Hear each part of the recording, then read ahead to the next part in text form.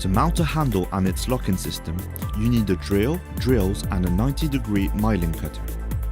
First of all, it's important to determine where the locking indexes will be placed and to measure the width of the frame.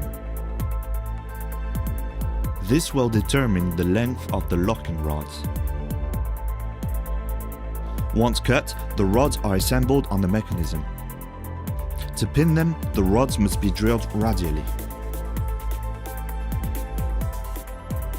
The mechanism is easy to assemble.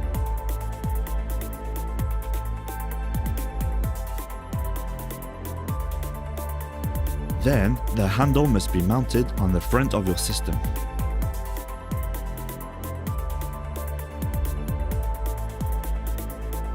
The mechanism is mounted on the back of the front panel.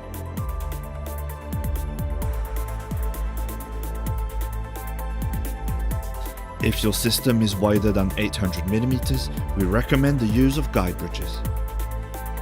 The bridges are delivered in the handle kit as well as the screws and bolts.